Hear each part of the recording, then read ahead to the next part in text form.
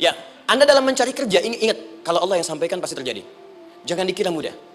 Kata Allah akan ada persaingan, akan ada kadang-kadang singgungan, akan ada tantangan. Maka mulai petakan tantangan apa yang akan Anda lalui saat Anda mulai mencari nafkah itu. Maka turun Quran surah kedua ayat 214, paling kanan sebelah bawah.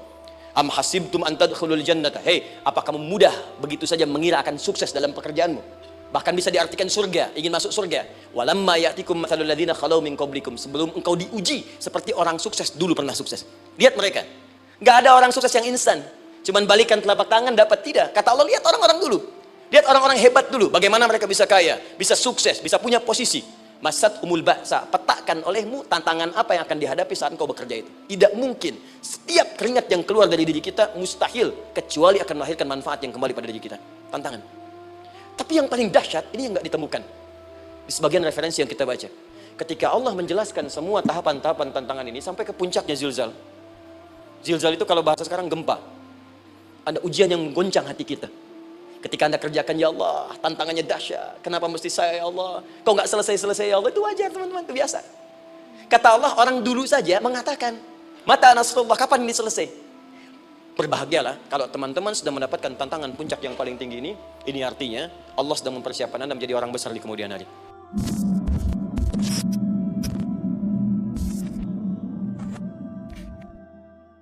Assalamualaikum warahmatullahi wabarakatuh. Sahabat muslim yang dirahmati Allah, setiap manusia pasti menghadapi berbagai urusan dalam hidup, dari urusan pekerjaan, keluarga, rezeki, jodoh, hingga urusan hati. Dalam video kali ini, mari kita simak bersama nasihat penuh hikmah dari Ustadz Adi Hidayat yang akan menjelaskan apa kunci utama itu, bagaimana cara kita meraihnya, dan bagaimana mengamalkannya agar hidup kita senantiasa diberi kemudahan dan keberkahan oleh Allah Subhanahu wa Ta'ala. Sebelum menyimak, jangan lupa tuliskan doa terbaik untuk guru kita tercinta, Ustadz Adi Hidayat, di kolom komentar. Semoga beliau selalu diberi kesehatan, umur panjang, dan keberkahan dalam dakwahnya. Selamat menyimak, semoga bermanfaat.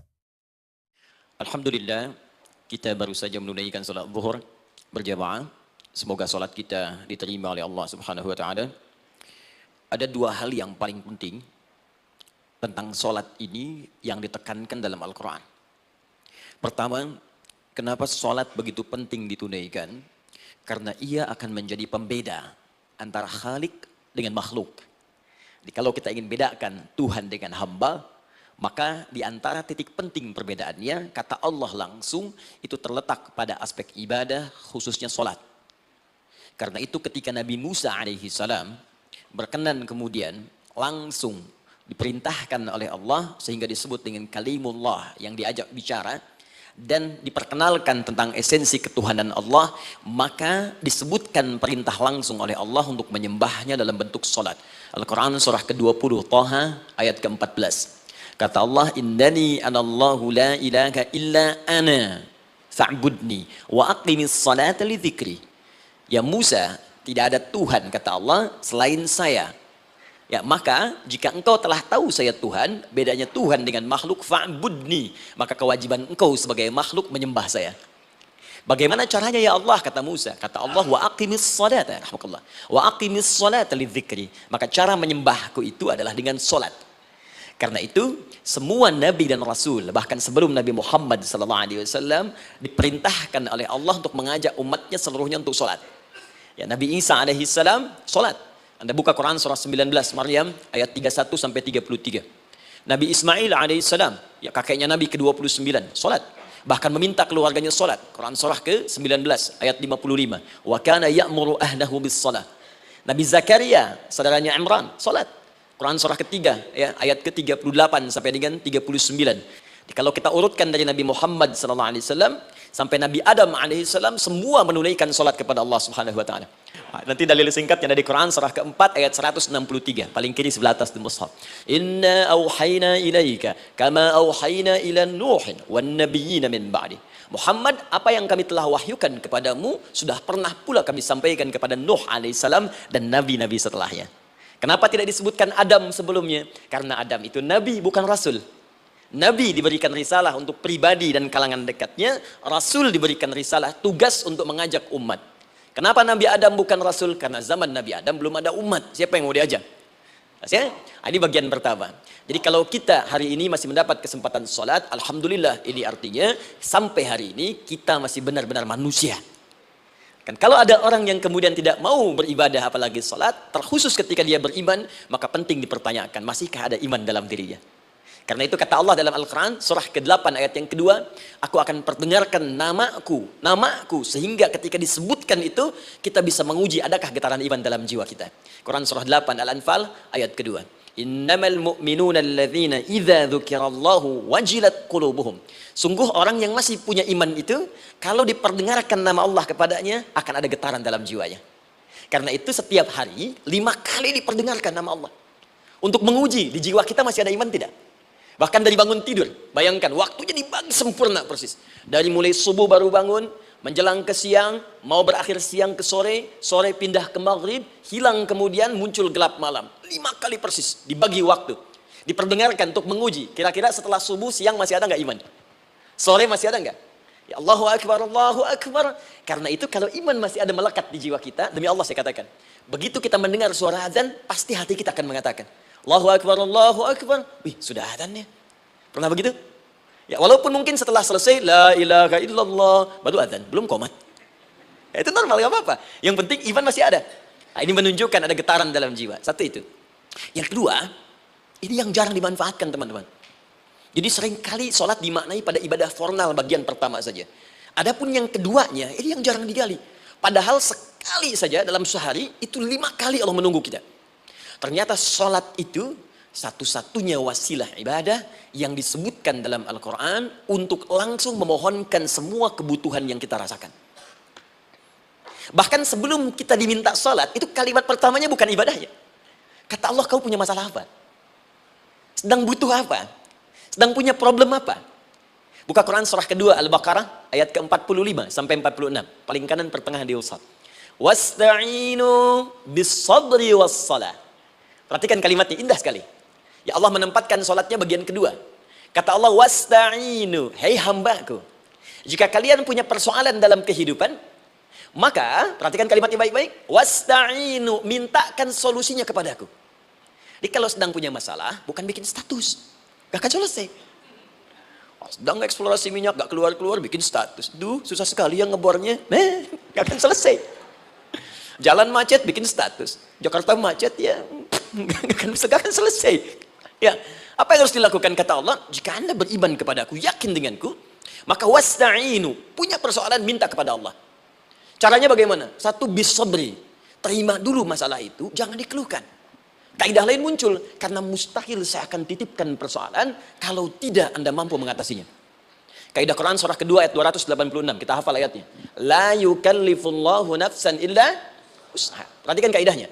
Allah tidak mungkin menguji seorang hamba di luar batas kemampuannya.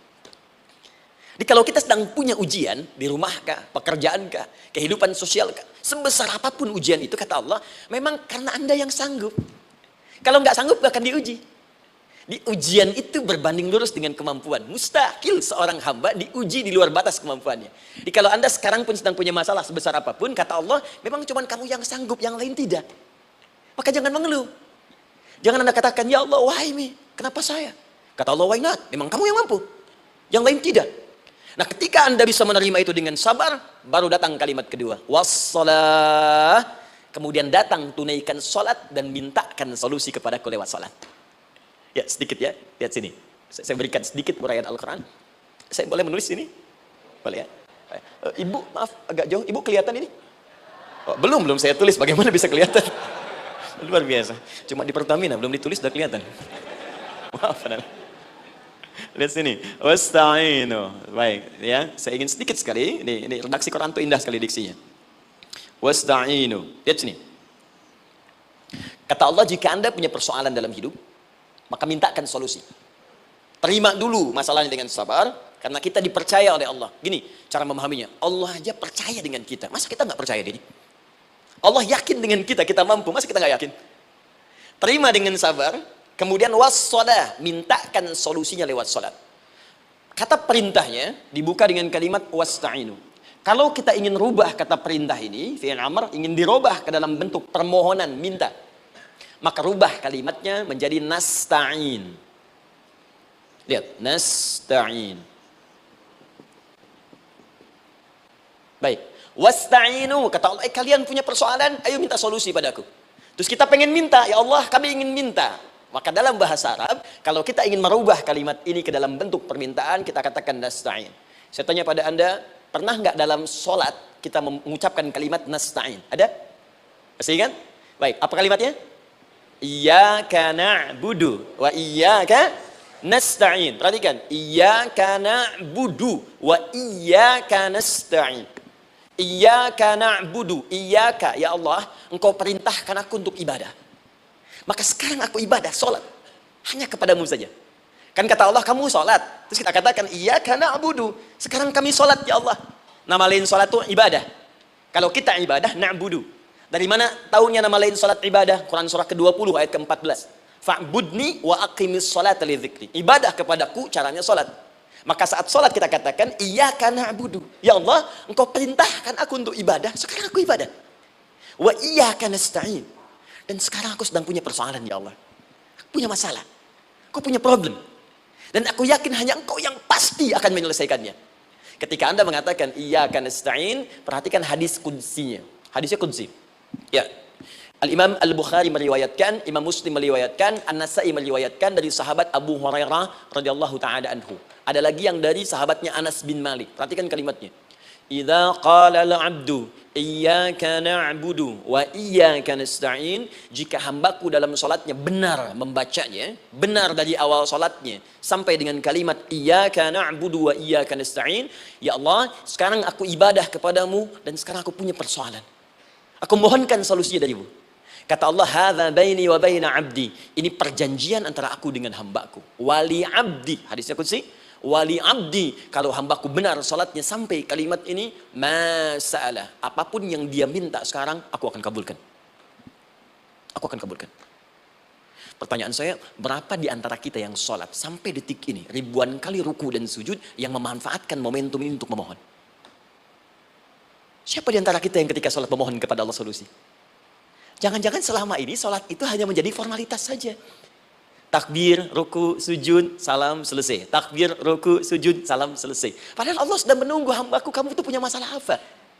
Makanya setiap waktu dibagi 5 supaya hidup kita ringan.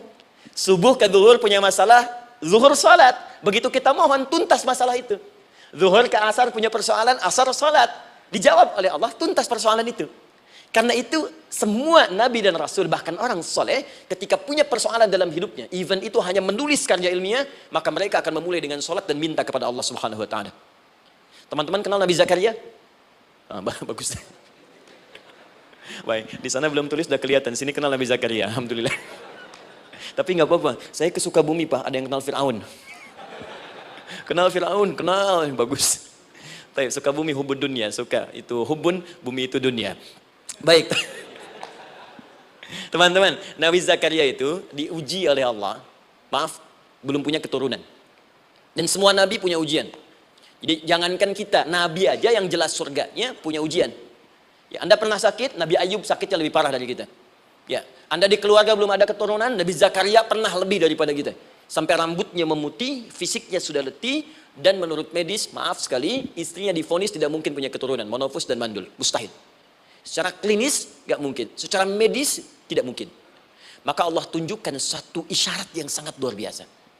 Jika Anda mendapati situasi makhluk mengatakan ini mustahil dan sudah angkat tangan, ini tanda pertama dari Allah, langsung tinggalkan pendapat manusia, langsung memohon kepada Allah. Maka turunlah beritanya di Quran surah ketiga Ali Imran ayat 38 sampai 39. Paling kanan sebelah atas di mushaf. Sekarang perhatikan kalimatnya, saya mau sambungkan dengan Al-Fatihah tadi. Hunalika da'a Zakaria rabbah. Di mihrabnya Nabi Zakaria salat bermohon kepada Allah. Qala rabbi habli min ladunka dzurriyyatan thayyibah. Kemudian ia berdoa, Rabbi habli, ya Allah yang maha memberi tanpa batas. Ini adab pertama, kalau teman-teman mau berdoa, sebut nama Allah sesuai dengan hajat kebutuhan kita. Itu yang disebut dengan Al-Asma'ul Husna. Di Asma'ul Husna itu bukan nama-nama indah yang sekedar dihafal, bukan. Tapi nama yang diberikan oleh Allah sesuai dengan kebutuhan hidup kita. Dalilnya Quran surah ke-17 ayat 110. Ya, paling kanan sebelah atas di mushaf, ke pertengahan. Ya, kata Allah, "Qulid Allah." Jika Anda punya persoalan, sebut nama Allah. Allah, Awir Rahman atau Ar-Rahman. Ayyamma tad'u, tapi kalau Anda ingin spesifik meminta, falahul asmaul husna. Pilih nama Allah, ia punya nama-nama yang indah sesuai kebutuhan kita. Jadi kalau teman-teman misalnya minta kelancaran rezeki, sebut ya Allah ya Razzaq. Anak mau ujian, ya Allah ya Al-Alim. Di proyek misalnya ada hambatan, ada gangguan, ya Allah ya Al-Jabbar, ya Al-Malik. Ingin mudah mengatasi ujian, ya Allah ya Sabar. Minta. Ya, jangan semuanya disebutkan, nanti jadi beban. Ya, Allahumma ya Rahman, ya Al-Malik, ya Al-Quddus, ya Sabar, gitu kan. Yang tadinya nggak punya masalah, jadi punya masalah, gitu kan. Pilih salah satu. Nah, jika Anda ingin memohon pada satu hal yang mustahil menurut manusia, maka minta dengan menyebut nama Allah yang memberi tanpa batas mustahil di dalamnya. Nama Allah tersebut namanya Wahhab. Wahhab. Ya Allah, ya Wahhab. Al-Wahhab. Kalau kita rubah dalam bentuk permintaan, maka singkat kalimatnya dengan hab. Hab. Untuk sendiri habli, untuk banyakkan hablana. Rabbana hablana min azwajina wa dzurriyyatina qurrata a'yun. Nabi Zakaria minta karena sendiri yang mengalami situasi itu, maka beliau katakan, Rabbi habli, ya Allah habli min ladunka, ya Allah yang tak punya batas dalam pemberian. Mereka mengatakan aku tak akan punya keturunan. Mereka mengatakan mustahil aku punya anak. Dan aku yakin kau memberi batas tanpa memberikan pemberian tanpa batas. Aku mohon darimu saja. Darimu saja. Dzurriyyatan thayyibah, keturunan-keturunan terbaik. Innaka sami'ud du'a. Engkau pasti mendengar doa saya. Kalau pada yang maha memohon saja, maha mendengar saja tidak mengabulkan, lantas kepada siapa lagi aku mesti minta? Tapi poinnya bukan itu. Poinnya adalah, ini disampaikan oleh Nabi Zakaria dalam keadaan sedang sholat. Mesti berdiri dalam sholatnya. Dalam bahasa Arab, berdiri disebut dengan qaimun. Qaim. Berdiri. Sedang sholat disebut dengan yusolli. Perhatikan ayat 39-nya. Fanadathul malaikatu wa huwa qaimun yusolli fil mihrab. Maka seketika ketika doanya selesai dipanjatkan, sholatnya belum selesai. Doanya selesai dipanjatkan, seketika datang malaikat menyampaikan, kamu dapat kabar gembira, Anda akan punya anak, bahkan namanya langsung diberikan oleh Allah, Yahya. Artinya hidup. Yang mustahil menurut manusia, lahir dari rahim seorang perempuan yang divonis monopos dan mandul, kata Allah, bagiku yang gak ada yang mustahil. Jadi dan hidup dia. Kapan itu terjadi? Masih sholat dan belum selesai dalam sholatnya, dalam keadaan berdiri. Sekarang saya tanya Anda, kita membaca iyyaka na'budu wa iyyaka nasta'in dalam keadaan ruku atau sujud? Sujud. Berdiri. Berdiri teman-teman. Betul kan? Dalam keadaan berdiri saat baca Al-Fatihah. Iyyaka na'budu wa iyyaka. Saat kita mengatakan wa iyyaka nasta'in, Allah balik bertanya, apa yang kamu butuhkan? Nabi Zakaria itu sholat dulu baru minta. Kita umat Nabi Muhammad karena keutamaan nabinya, sebelum sholat dah ditunggu. Butuh apa? Meminta apa? Karena itu, saya ingin katakan, ayo manfaatkan momentum sholat ini. Jangan sekedar kita kemudian tunaikan formalitas, tapi kita tidak mendapatkan keuntungannya. Ayo, semuanya. Dari mulai takbir sudah ada doa. Ruku ada doa. Bahkan sujud, kita bisa perbanyak dalam bahasa hati kita untuk memohon kepada Allah Subhanahu Wa Taala. Jelas sampai di sini? Baik. Mudah-mudahan insya Allah doa kita dikabulkan oleh Allah Subhanahu Wa Taala. Ini baru mukaddimah, kita belum mulai. Ini pengantar. Tema kita hari ini tentang Al-Quran. Dan mudah-mudahan kita diberikan insya Allah kelancaran untuk bahasan kita. Dan topik ini insya Allah akan memberikan banyak manfaat dari apa yang kita kerjakan dalam keseharian kita. Saya mohon izin untuk melambatkan bacaan karena tadi hanya mengantarkan saja. Teman-teman, kenapa mesti Al-Quran? Apa esensi Al-Quran?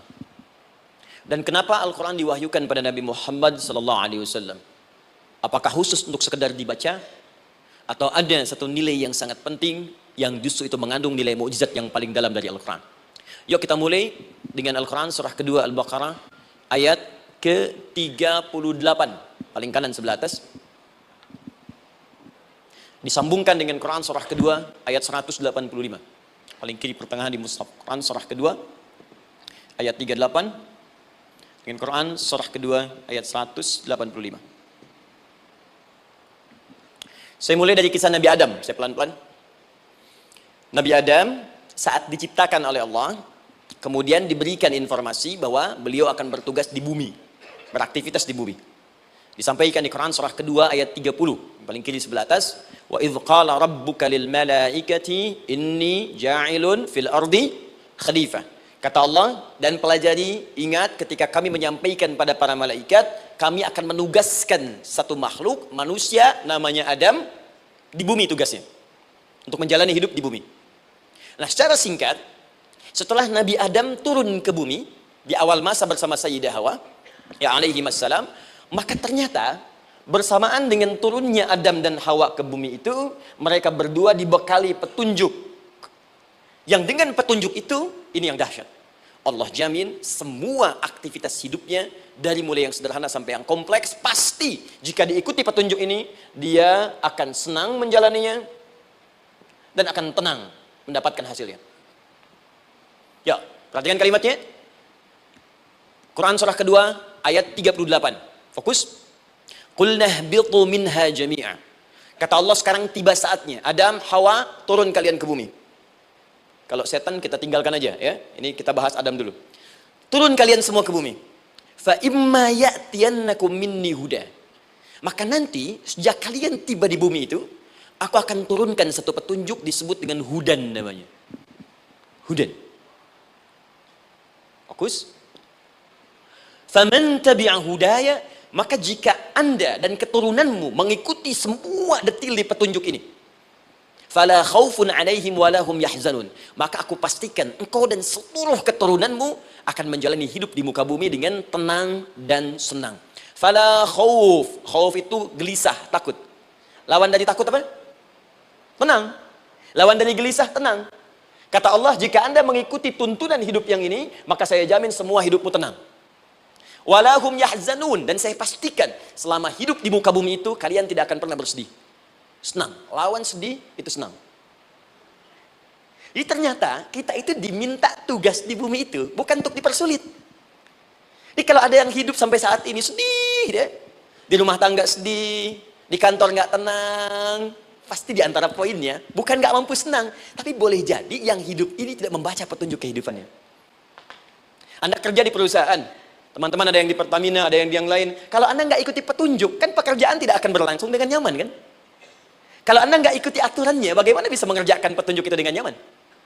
Maka apalagi hidup yang kompleks, kata Allah, sejak Adam saya turunkan, sudah ada petunjuk kehidupan, saya namakan dengan hudan. Anda ikuti petunjuk ini, maka langsung jaminan dari Allah, semua yang Anda jalani dalam hidup, pasti saya jamin senang dan tenang. Petunjuk ini disebut apa? Hudan. Nah, agak cepat. Di setiap masa, Nabi Adam selesai hidupnya, generasi kemudian berkembang, datang lagi Nabi Nuh, sampai ke Nabi Muhammad SAW. Perhatikan baik-baik. Setiap berganti generasi akan turun hudan sesuai dengan kebutuhan masyarakatnya pada saat itu. Baik, Nabi Musa menerima kitab apa namanya? Nabi Musa Taurat. Taurat disebut hudan dalam Al-Quran. Muncul Nabi Musa, kitabnya disebut Taurat. Perhatikan baik-baik. Tahukah teman-teman ketika Taurat disebutkan dalam Al-Quran? Buka Quran surah ke-17. Ya, ayat yang kedua. Wa ataina Musal kitaba. Kami berikan kepada Musa kitab. Lihat, wa ja'alnahu hudan li bani Israil. Dan kitab yang kami berikan itu, yang disebut Taurat, Ali Imran ayat yang ketiga, wa anzalat Taurata wal Injil. Kami berikan Taurat kepada Musa. Nah, saat Allah turunkan Taurat itu, hudan li bani Israil. Isi Taurat ini adalah petunjuk kehidupan khusus untuk Bani Israel saja. Umatnya Musa. Jadi kalau umat Nabi Musa mengikuti petunjuk hudan, Taurat ini, kata Allah saya jamin, semua hidupnya tenang dengan senang. Nabi Isa turun Injil. Injil disebut hudan dalam Al-Quran. Dan yang terakhir, saya cepat karena waktu kita terbatas, ketika Allah menurunkan Nabi Muhammad SAW dan dipilih sebagai Rasul, maka saat yang bersamaan beliau pun diberikan petunjuk untuk umatnya. Dan dahsyatnya, petunjuk itu pun disebut dengan hudan.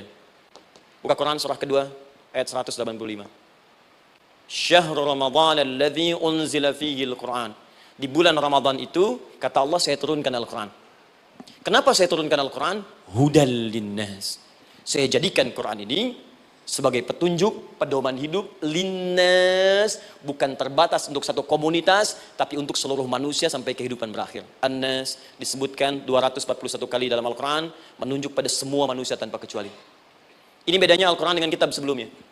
Taurat hanya untuk kalangan tertentu saja. Jadi selesai nabinya, selesai kitabnya. Injil hanya kalangan tertentu saja. Nabinya selesai, selesai kemudian misinya. Tapi Al-Quran tidak.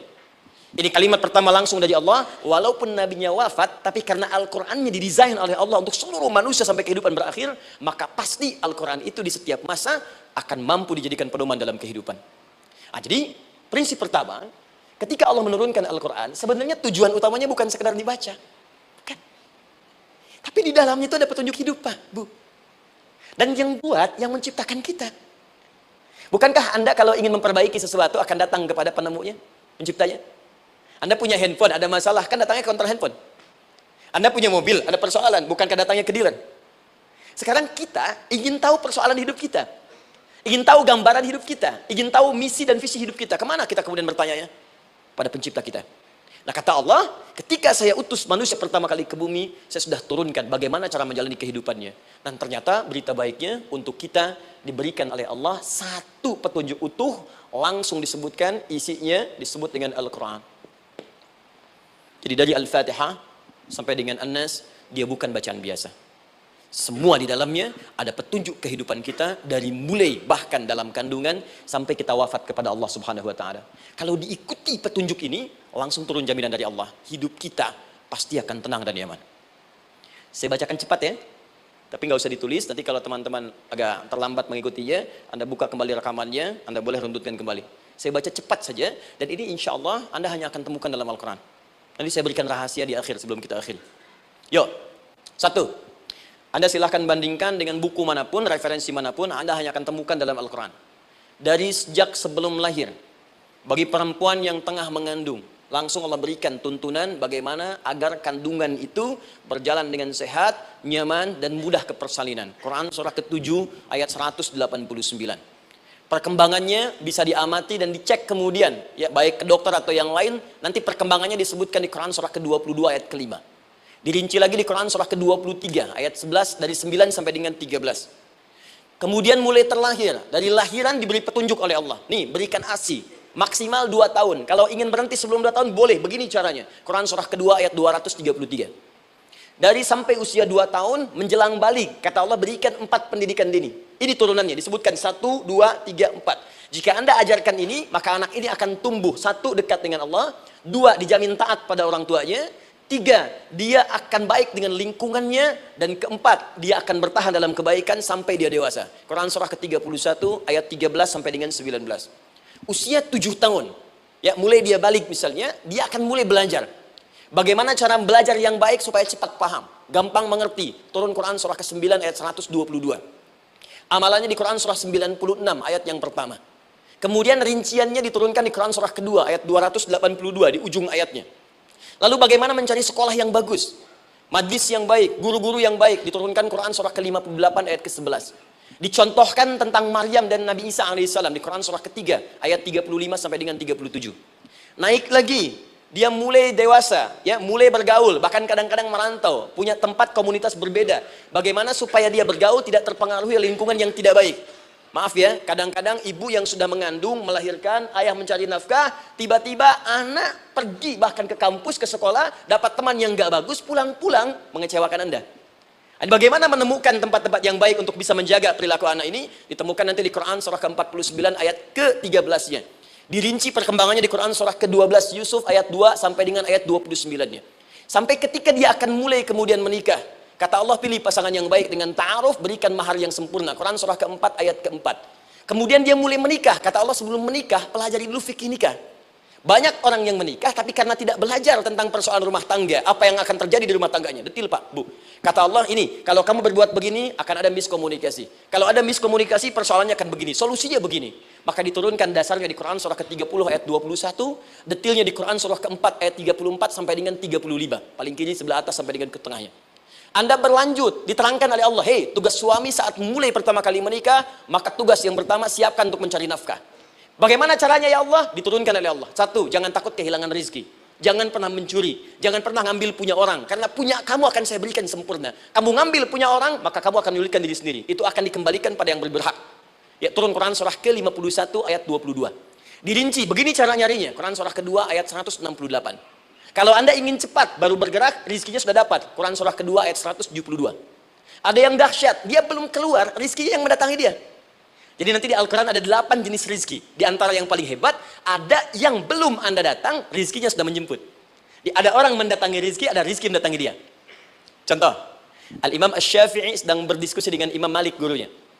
Kata Imam Asy-Syafi'i, Syekh, rizki itu mesti saya cari dulu, baru kita dapat. Kata gurunya, ya Syafi'i, ada rizki yang cukup kita beramal dekat kepada Allah, dia akan datang tanpa kita cari dengan ikhtiar manusia. Kata Syafi'i, mustahil. Kata Quran kan kita kerja dulu, baru datang.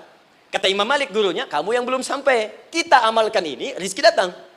Maka berhenti sampai di situ, Imam Syafi'i pamit. Di jalan tiba-tiba, beliau mendapati ada panen anggur, Pak, Bu. Terus dipanggil sama yang punya kebun. Ya pemuda katanya, sini. Mau bantu nggak? Kalau kamu bantu, kami berikan anggurnya. Maka beliau bantu, panen, petik. Sampai setelah selesai diberikan anggur yang besar-besar, hanum. Senyum, senang beliau. Ternyata senangnya bukan karena dapat anggur. Senangnya karena merasa pendapatnya benar. Kalau saya nggak bantu panen ini, nggak akan dapat saya anggur. Cuma karena saya bantu, saya diberi ini. Maka rasa senangnya inilah dibawa kemudian kepada gurunya, ingin laporan. Tapi perhatikan adabnya. Dia tidak mengatakan, guru, nih saya benar. Kalau saya nggak ikut panen, nggak dapat saya ini. Perhatikan kalimat Asy-Syafi'i.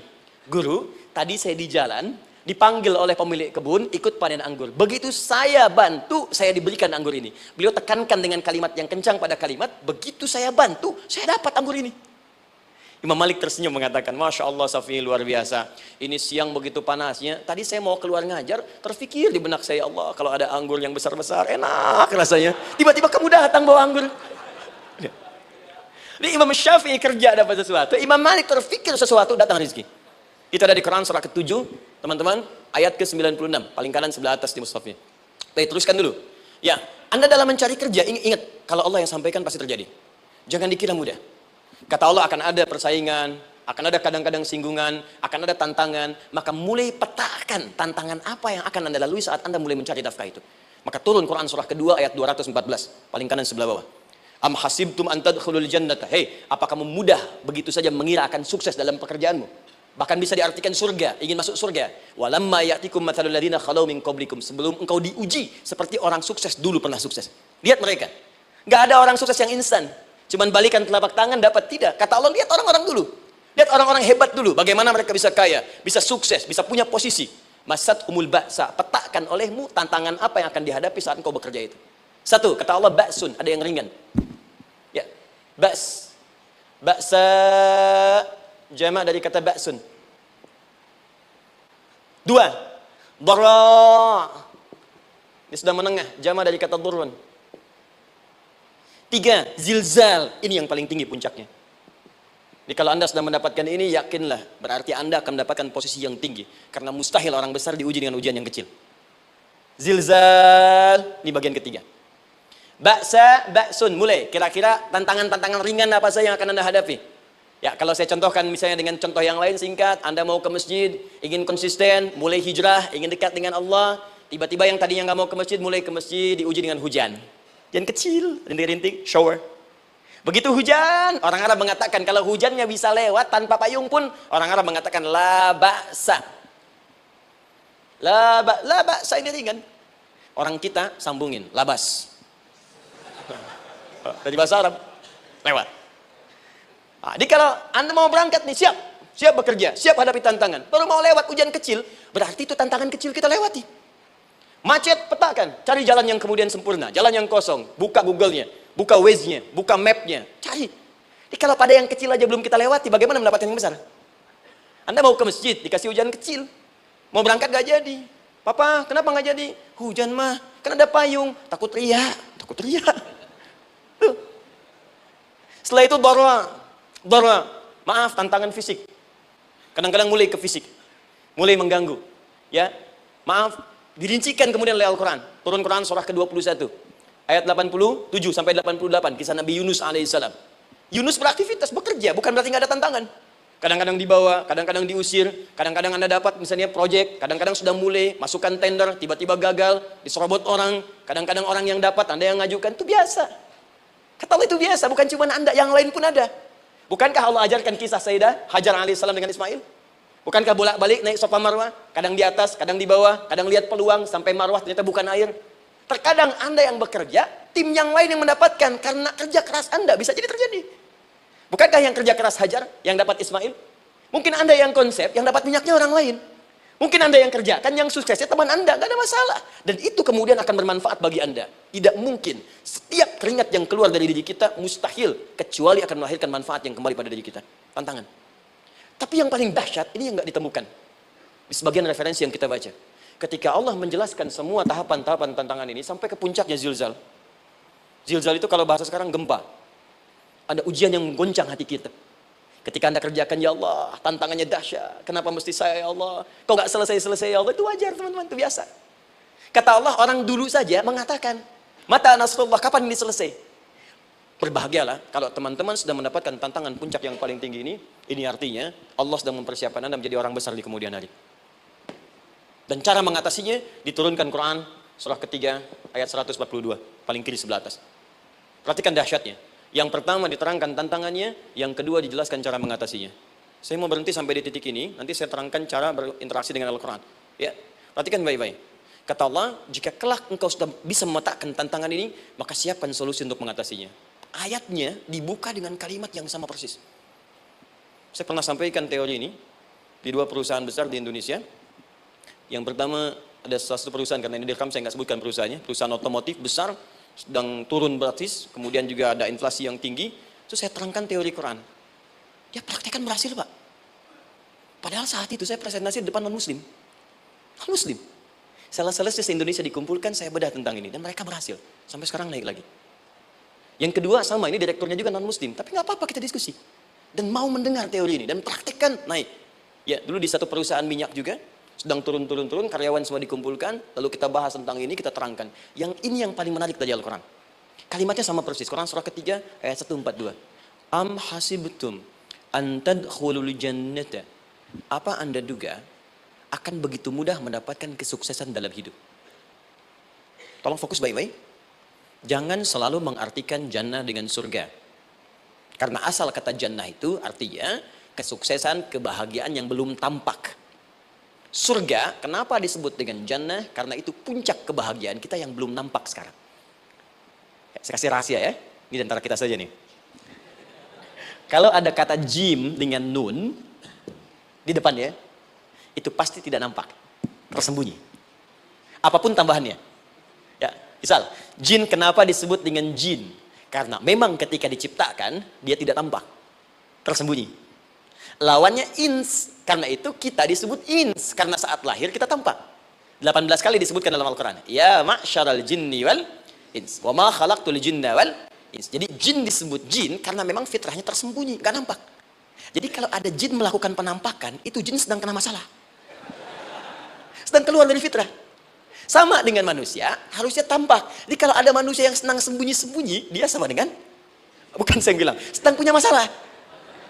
Ke kantor, sembunyi-sembunyi, hati-hati Pak Alfian tuh. Biasa ada pintu depan, masuk pintu belakang. Suami di rumah, buka WA, sembunyi-sembunyi. Bu, hati-hati tuh. Pulang lewat pintu belakang, berarti sedang punya persoalan dalam hidup. Setiap ada jim dengan nun, pasti tersembunyi. Ibu punya janin, rahim, dalam rahim ada janin. Kenapa disebut dengan janin? Jim, nun, ya, nun. Karena sosok itu belum nampak dalam pandangan kita. Nanti kalau sudah lahir, baru tampak. Jannah, kenapa disebut jannah? Karena belum tampak dalam pandangan kita, nanti kelihatan. Karena itu dalam Al-Quran, kata jannah itu tidak dikhususkan dengan surga. Tidak dikhususkan dengan surga. Kadang-kadang menunjuk aspek kesuksesan yang belum tampak. Anda mau ngomong minyak, minyaknya belum tampak. Belum kelihatan. Anda mau kerja, ya hasilnya kan belum tampak, baru ikhtiar sekarang. Karena itu orang Arab disebut kaya, kalau mereka mendapatkan kebun yang tak tampak sebelumnya. Kebun anggur, bukan kurma, kalau kurma banyak. Kebun anggur, ada apel, ada jeruk, sampingnya ada sungai-sungai, disebut dengan jannah. Ya, kalau punya unta, nggak kaya di Arab, biasa. Karena yang kelihatan padang pasir, unta, hitam, merah, biasa. Tapi kalau sudah punya kebun anggur, yang sulit di padang pasir ada kebun, itu baru disebut kaya. Karena itu orang Arab kadang mengartikan jannah dengan aspek kesuksesan yang belum tampak. Diartikan dengan kebun anggur, kebun apel, dan macam-macamnya. Perhatikan, am hasibtum an tadkhulul jannah. Apa Anda duga ingin sukses itu begitu mudah? Sukses jadi tidak. Walamma ya'lamillahu alladhina jahadu minkum wa ya'lamas sabirin. Perhatikan baik-baik. Sebelum Allah memastikan pada diri Anda terdapat dua hal yang paling utama untuk mengatasi tantangan tadi. Satu, jahadu. Kesungguhan. Serius. Jadi kalau mau sukses, mesti serius. Kerja serius, cintai pekerjaan Anda.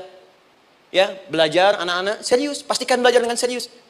Jangan cuma anak-anak duduk paling belakang, nggak pernah nanya, kadang ngantuk, pulang, ujian, besoknya mau ujian, baru belajar. Ya, sistem SKS, sistem kebut. Ya, kadang-kadang sejam, Bu, Pak. Saya pernah ada orang di luar ngadu waktu di Libya, Ustadz, gimana ini orang Indonesia? Kenapa? Saya belajar 3 bulan, besok mau ujian. Teman antum orang Indonesia pinjam catatan saya, baru semalam. Dia dapat 8, saya 7,5. Saya bilang, Anda belum tahu sistem SKS itu. Baik, ya. Tapi itu bukan solusi. Begitu ujian selesai, ilmu lupa. Itu poinnya. Jadi kalau hanya sekedar ilmu dipakai untuk ujian, pada prakteknya nggak akan terpakai. Ini banyak anak sekolah sekarang hanya belajar untuk ujian saja. Padahal kalau dipraktekkan, kadang kaitan dengan agama tinggi, Bu, Pak. Fisika itu dengan agama itu tinggi. Gaya F1 sama dengan F2, gaya gerak sama dengan gaya dorong. Gaya sedikit, maka keluarnya sedikit. Pukul kencang, bunyinya kencang. Imannya kalau kuat, amalan jadi banyak. Iman sedikit, amal pun sedikit. F berbanding lurus dengan P, hukum Pascal. Gaya berbanding lurus dengan tekanan. Masuk bab akhlak. Makin banyak gaya, makin banyak tertekan. Nah itulah. Gaji 5 juta, gaya 10 juta. Kan? Ini serius. Serius. Di divisi apapun Anda, saya 3 sepekan lalu lah, takziah ke tempatnya yang Habibie. Terus diminta tausiah di sana. Dan saya perhatikan beliau termasuk yang paling serius ketika diberikan tugas apapun. Gak pernah diberikan amanah, kecuali mencintai pekerjaan itu. Yang Habibie demikian. Ciri orang sukses itu serius. Tapi keseriusan itu, kata Allah petakan jadi 3 bagian lagi. Karena jahadu itu punya 3 turunan kata. 1, keseriusan merencanakan, disebut ijtihad namanya. Punya rencana. Mappingnya apa? Stepnya apa? Oke, Anda ingin kerjakan sebuah proyek, baik, proyeknya berlangsung berapa lama? Target kita apa? Jangka panjangnya, menengahnya, jangka pendeknya. Kemudian apa tantangan yang akan dihadapi di setiap tahapan-tahapannya? Selesaikan. Bahkan saking pentingnya tahap perencanaan ini ditunjukkan oleh Allah langsung lewat sholat. Teman-teman masih ingat sholat pertama yang kita kerjakan setiap hari, sholat apa namanya? Subuh. Apa artinya subuh? Tuh, ini masalahnya. Ini kata Al-Quran sendiri ya, kata Al-Quran sendiri. Nanti akan ditemukan orang yang ibadah tidak paham apa yang dikerjakan dan dilakukan dalam ibadahnya. Contoh sholat. Kata Allah akan ada orang sholat yang saat sholat tidak mengerti apa yang ia baca dan dia lakukan dalam sholatnya. Jujur tanyakan pada diri kita. Sampai detik ini, dari sekian ribuan kali ruku dan sujud, berapa persen bacaan sholat yang kita pahami? Jangan-jangan kita ruku tapi nggak ngerti yang dibaca. Sujud tak paham yang diungkapkan. Bagaimana bisa khusyuk? Mustahil. Maka kembali ke sini. Kenapa sholat pertama itu disebut dengan subuh? Teman-teman, ternyata semua nama sholat dari subuh sampai isya, plus bacaan dan gerakan dari takbir sampai salam, itu bukan sekedar gerakan semata. Semua ada artinya, ada maknanya. Dan diajarkan oleh Nabi langsung. Subuh disebut dengan subuh. Ada 2 kata. 1, fajar. Quran surah ke-17 ayat 78. Inna Qur'an al-fajri kana masyhuda. Kedua, subuh di surat At-Takwir. Was-subhi idza an-naffas. Kenapa disebut fajar? Fajar itu pancaran positif, pancaran kebaikan. Jadi kalau yang baik disebut fajar. Kalau yang jelek disebut fujur. Fujur ada di Quran surah 91 ayat 7 sampai 8. Wa nafsi wa ma sawwaha fa'alhamaha fujuraha wa taqwaha. Fujur itu rambatan, gelombang buruk yang muncul dari nafsu. Ya, ditembuskan ke elemen tubuh kita. Misal gini. Tiba-tiba pengen marah. Ya, di tubuh kita mengatakan melotot. Maka ini ada pancaran di hati kita nyambung kemudian ke mata. Ini rambatan dari sini ke mata disebut fujur namanya. Mau ke tangan pukul, masuk ke tangan. Itu rambatannya disebut fujur namanya. Ya. Yang baiknya disebut fajar. Ya, misal saya ingin sholat, tiba-tiba hati mengatakan sudah azan, merambat ke kaki, cepat melangkah. Cepat wudhu. Nah, itu rambatannya disebut fajar namanya. Atau infajar. Ini pasti ada, ya. Fujur nama lainnya nafsu, disebutkan 115 kali dalam Al-Quran. Takwa, rambatan fajar, sumbernya takwa, disebutkan 115 kali dalam Al-Quran. Di jiwa kita ada takwa, ada nafsu. Takwa yang dorong malaikat, disebutkan 88 kali dalam Al-Quran. Nafsu yang dorong setan, disebutkan sama 88 kali. Di setiap Anda akan mengerjakan satu hal, pasti akan yang mendorong pada yang baik, akan mencegah dari yang baik itu nafsu. Pasti itu. Pak Alpian mau tanda tangan proyek. Tiba-tiba disodorkan, Pak, ini Pak. Kok begini proyeknya? Perbaiki. Karena ada yang nggak beres. Tapi fee-nya lumayan Pak, 1 miliar. Nggak bisa. Jiwa takwa mengatakan, jangan terima Pak. Bapak mengatakan, maaf, ini jari tahiyat. Gak akan pernah dipakai maksiat. Perbaiki. Datang lagi. Ini Pak. Kok sama? Fee-nya diperbaiki Pak, 100 miliar. Nafsunya mulai berkata, terima.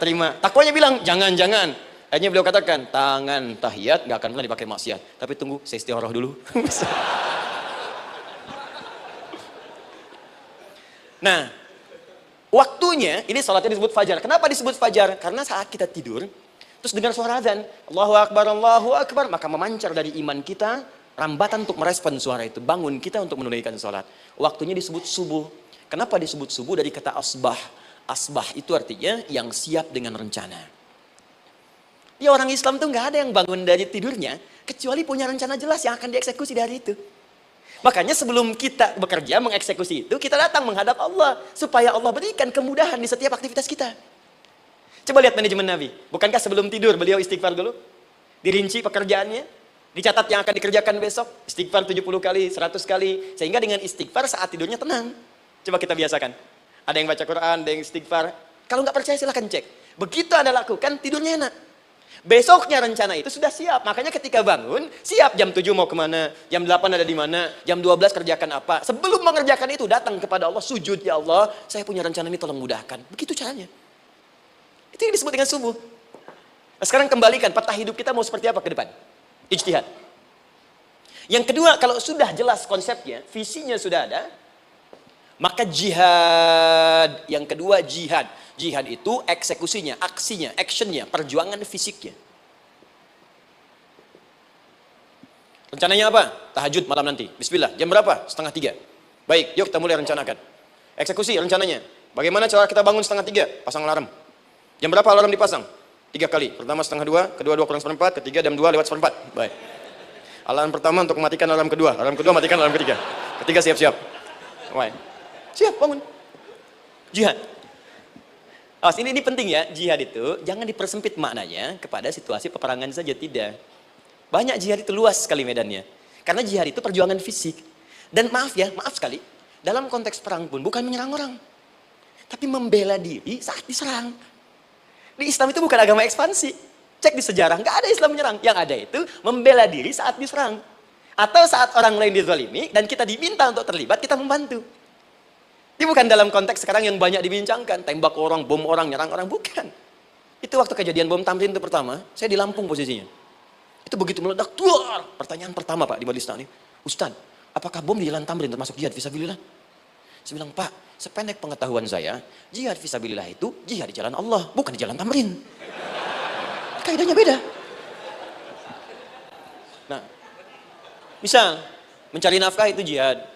Cari nafkah jihad. Quran surah keempat ayat 34, paling kiri sebelah atas.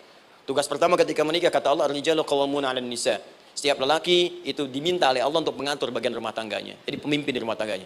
Ya bima faddalallahu ba'dahum 'ala ba'din, karena diberikan kemampuan untuk memimpin. Di pemimpin itu ada di suami. Dan ciri khas pemimpin, Bu, biasanya ciri khas pemimpin apa, Bu? Bukan tegas, bukan. Ciri khas pemimpin itu tidak mau dipimpin. Makanya kalau ada sesuatu, masukkan lewat usulan, jangan beri saran. Kalau saran susah, itu pemimpin. Baik, tapi yang paling luar biasa kata Allah, perhatikan kalimatnya indah sekali. Wa bima anfaqu min amwalihim. Saya berikan tugas untuk mencari nafkah. Ketika seorang lelaki bertugas mencari nafkah, ingat ya, konteks apapun, kalau perempuan nanti bekerja bukan nafkah poinnya. Bisa hobi, ya, bisa aktivitas, tapi nafkah kalau sudah menikah itu ada pada suami. Perempuan tidak. Kalaupun tidak dilarang perempuan bekerja, tidak. Sayyidah Aisyah mengajar, ada yang para sahabiah jadi perawat, ada yang pengajar. Banyak dulu sahabat Nabi yang perempuan mengajar. Ya, kan ada pelajaran-pelajaran khusus perempuan. Ya, ada bagian perawat, ada dokter. Ini kan yang ngandung perempuan, masa yang periksa laki-laki? Ya, ada bagian perempuan tertentu, itu silahkan bekerja boleh. Tapi nafkah laki-laki. Begitu lelaki meniatkan pekerjaannya karena Allah untuk mencari nafkah, itu setiap langkahnya jihad fisabilillah. Wafat, syahid. Maaf ya, apakah selama Anda bekerja sudah diniatkan ibadah? Jangan-jangan cuma kerja aja. Kalau cuma kerja, apa bedanya Anda dengan yang belum beriman? Anda wafat juga. Kerja di gedung yang sama, berangkat menemukan kemacetan yang sama. Apa bedanya iman kita dengan yang lain? Satu, kita pasti wafat, pasti pulang. Dan kita nggak bisa pilih, ya nggak bisa pilih. Antum bisa duluan, saya belakangan mungkin. Atau ditukar, saya belakangan, Anda duluan mungkin. Atau memang saya bisa duluan, ya duluan menyolati Anda. Oke, paham ya? Jadi ibu di rumah jihad, Bu, pada anak, perawat, mengandung itu sudah jihad. Jadi kalau wafat dalam proses saya melahirkan atau sedang mengandung itu syahid. Itu jelas nggak ada perbedaan pendapat. Anak-anak yang sekolah niatkan ibadah, Bu, Pak. Mohon maaf ya, mesti ada bedanya. Iman kita di rumah, mesti itu terpancar kepada anak-anak. Ajarkan mereka sekolah yang baik. Pilih sekolah yang mengajarkan sholat, mengajarkan baca Quran. Sekarang banyak kok. Fisikanya bagus, Qurannya bagus, kimianya bagus, sholatnya juga bagus. Cari. Kalau bisa dunianya bagus, akhirat bagus, kenapa hanya pilih dunia saja? Siapkan. Itu jihad. Terakhir, tidak mudah mengeksekusi ini. Pasti ada tantangan yang ketiga. Namanya mujahadah. Mujahadah. Tantangan mengatasi gejolak jiwa. Kadang-kadang malas, capek, ya belum eksekusi dilakukan, sudah berdebat pada yang tidak penting, sehingga tidak menghasilkan kesimpulan, ragu-ragu, khawatir, maka atasi semua itu. Turun Quran surah kedua ayat 216. Kutiba alaikumul qitalu wa huwa kurhul lakum. Kalau engkau sedang tidak nyaman, maka perangi ketidaknyamanan itu jika engkau ingin mendapatkan kesuksesan yang telah engkau cita-citakan. Asa an takrahu syai'an fa huwa khairul lakum. Boleh jadi apa yang engkau tidak rasakan sekarang, engkau rasakan gak enak, gak nyaman, di balik itu Allah sedang siapkan sesuatu yang lebih baik untukmu. Wa asa an tuhibbu syai'an fa huwa syarrul lakum. Mungkin yang engkau harap-harap sekarang, boleh jadi itu belum baik untukmu sekarang. Allahu ya'lamu wa antum la ta'lamun, karena Allah lebih tahu masa depan, engkau pikiranmu pendek sampai di sini saja. Maka teman-teman sekalian, kembalikan lagi, tidak pernah Anda akan temukan dalam Al-Quran kecuali bimbingan hidup yang semuanya nyata. Silahkan cek. Itu baru pekerjaan. Belum ibu di rumah, ibu capek merawat anak, kadang mengeluh, kadang nangis. Turun Quran surah ke-17 ayat 23. Kadang-kadang ada beda pendapat dengan suami, Quran surah ke-4 ayat 34 sampai 35. Masalah kondangan saja Pak, bisa beda pendapat. Ya. Ya Pak, kan ada family gathering malam, Mama pakai baju apa ya? Hijau apa yang biru? Masya Allah, kata Anda biru bagus mah. Kata Mama kayaknya hijau deh Pak. Tuh. Nanya tapi udah punya jawaban. Ya, bagus kalau dipakai, begitu keluar kuning. Naik lagi, Anda udah 40 tahun, anak masih ada, turun Quran surah ke-46 ayat 15. Kemudian naik lagi, sampai Anda sepuh, sampai kembali ke keadaan tidak normal, seperti anak-anak lagi, Quran surah ke-22 ayat ke-5. Sampai ada amalan, kalau Anda jangan kira Anda akan hidup selamanya, Anda pasti wafat. Quran surah ke-3 ayat 185. Bahkan diajarkan, kalau wafatnya ingin enak, begini caranya. Pelajari Pak, jangan cuma dunia, kita akan meninggal. Ini ada di Quran, kalau pengen meninggalnya enak, begini caranya. Ya kalau nggak percaya silahkan amalkan, nanti kita akan lihat di akhir. Ya. Betul, akan kelihatan. Quran surah ke-89 ayat 27 sampai 30. Kalau kalian nggak pelajari ini, silakan kata Allah, saya berikan yang ini yang kedua sampai dipukulin malaikat. Quran surah ke-8 ayat ke-50. Sampai di alam kubur dijelaskan, kalau nanti Anda wafat, Anda pindah ke alam kubur, kalau ingin di kuburnya terang, nyaman, banyak rezekinya, lakukan amalan Quran surah ketiga ayat 169 sampai 172. Tapi kalau Anda abai, Anda akan seperti Firaun dulu. Setiap pagi sampai petang ditampakkan neraka. Quran surah ke-40 teman-teman sekalian disampaikan oleh Allah langsung ya dari ayat 45 sampai 46-nya. Sampai terjadi kiamat disampaikan Quran surah ke-75. Sampai dihisab, ada yang masuk surga tanpa hisab. Quran surah kedua ayat 25. Ada yang masuk neraka tanpa hisab. Ada. Kan yang kita tahu surga aja. Masuk neraka tanpa hisab ada. Quran surah 18 ayat 99 sampai dengan 100. Sampai disebutkan surga yang paling indah nomor 1 bersama Nabi dan orang-orang soleh. Jadi kalau Anda masuk sini, tetangga Anda semua Nabi. Ya depannya Nabi Ibrahim, belakangnya Nabi Musa misalnya, samping kiri Nabi Yusuf, ya, samping kanan Nabi Muhammad SAW. Itu cuma 3 golongan. Orang soleh, para syuhada, orang-orang jujur dalam kehidupan dunianya. Jadi kalau Anda jadi pekerja yang jujur, taat kepada Allah, Anda berpotensi masuk surga bersama semua Nabi dan Rasul yang pernah diutus. Ya. Baik, itu ada di Quran surah ke-4 ayat ke-69. Ada yang kedua di taman surga, Quran surah ke-51 ayat 15 sampai dengan 18. Ada yang surga seluas langit dan bumi, Quran surah ketiga ayat 133 sampai 134. Ada yang neraka yang biasa, ya, sebiasa-biasa nerakanya kebakar juga. Quran surah 4 ayat 56. Tingkat paling tinggi neraka jahanam untuk 2 golongan. Munafik, ingat, munafik dan kafir. Jadi kalau Anda pun muslim, jauhi perbuatan munafik. Karena munafik akan mengantarkan langsung ke dalam neraka jahanam. Quran surah ke-4 ayat 140. Mana yang tidak ada? Mana yang nggak ada di Quran? Semua ada. Bisnis ada, ya birokrasi ada, diplomasi ada, mengajar ada, ilmu ada. Karena itu saya mau tutup, jika kita ingin benar mengeluarkan petunjuk ini, seperti orang dulu pernah melakukannya, maka kata Allah, melalui lisan Rasulullah, turun Quran surah ke-29 ayat ke-45. Satu ini aja kita kerjakan, insya Allah ini akan beda kita rasakan. Utslu ma wuhya ilaika minal kitab. Jika kalian kemudian hidup di muka bumi, maka keluarkanlah bimbingan dari Al-Quran sesuai dengan kebutuhan kita secara tematik. Utslu itu dari kata tilawah. Tilawah itu baca, pahami, amalkan. Karena itu setiap kita baca Al-Quran, di sampingnya pasti ada yang menerjemahkan supaya kita paham. Betul kan? Ketika ada yang baca Al-Quran, di sampingnya ada siapa? Ya, sari tilawah kan? Baik, sari tilawah itu bahasa Indonesia. Ya, sari, sebetulnya tilawah saja. Tapi mungkin saat yang menerjemahkan dulu pertama di Indonesia namanya Bu Sari. Karena itu disebut sari tilawah. Ya, kalau Adi mungkin ada di tilawah gitu kan. Nah, jadi teman-teman caranya begini, Anda keluarkan sesuai kebutuhan. Enggak semua ayat Quran mesti kita kaji. Kalau mau dari awal dari akhir, bagus. Kalau baca silahkan, hatamkan, Nabi juga hatamkan. Tapi kalau Anda ingin ambil sesuai passion kita. Anda pebisnis, kenapa enggak mengeluarkan ayat bisnis di Quran? Teman-teman yang diperminyakan, keluarkan ayat-ayatnya ada. Quran surah At-Tur, surah 52 itu, keluarkan. Ya, wal bahrul masjur. Dan jika Anda akan melakukan eksplorasi di laut, carilah laut yang punya, nih kualifikasi begini. Yang di bawahnya ada endapan tanah yang melahirkan api, kata Allah tuh. Itu potensial ada minyaknya.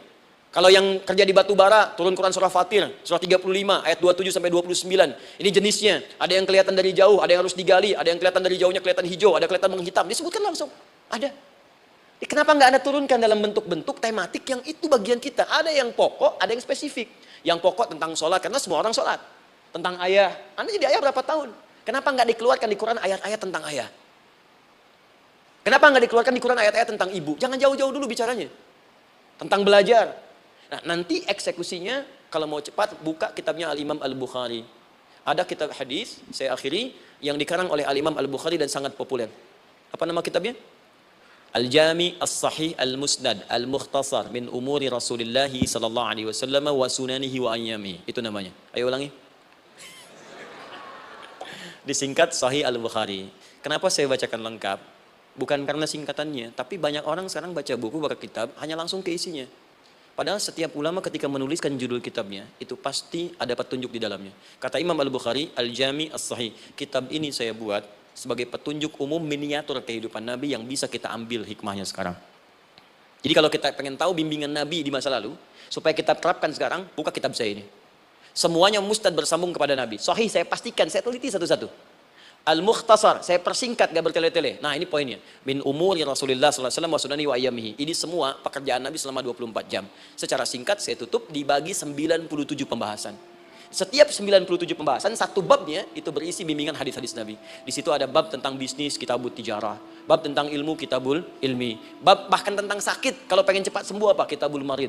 Bab tentang pemerintahan, kitabul imarah. Bab tentang penguatan iman, supaya naik gak turun-turun, kitabul iman. Anda tinggal pilih profesi apa, cari Sahih Al-Bukhari, harganya murah. Maaf, dibandingkan pulsa Anda pun masih murah kitab Al-Bukhari. Ya, beli 4 jilid cuma 350.000 yang bahasa Arab saja. Ya, kalau mau terjemahan, cari terjemahannya. Ya, dapatkan itu, keluarkan babnya sesuai profesi kita. Itu ketika dibuka kitab ini, yang pertama muncul ayat Quran dulu. Ini ayatnya, ini hadisnya. Ini ayatnya, ini hadisnya. Teman-teman gak usah baca semuanya, keluarkan passion Anda apa, di situ belajar. Sebulan saya belajar ini, besok saya pindah lagi. Sebulan topik ini, besok ke topik yang lain lagi. Saya kira insya Allah, kalau itu kita terapkan dengan baik, maka Al-Quran akan hidup dalam seluruh aktivitas kita, dan mudah-mudahan keberkahan akan diturunkan oleh Allah Subhanahu Wa Taala. Ya,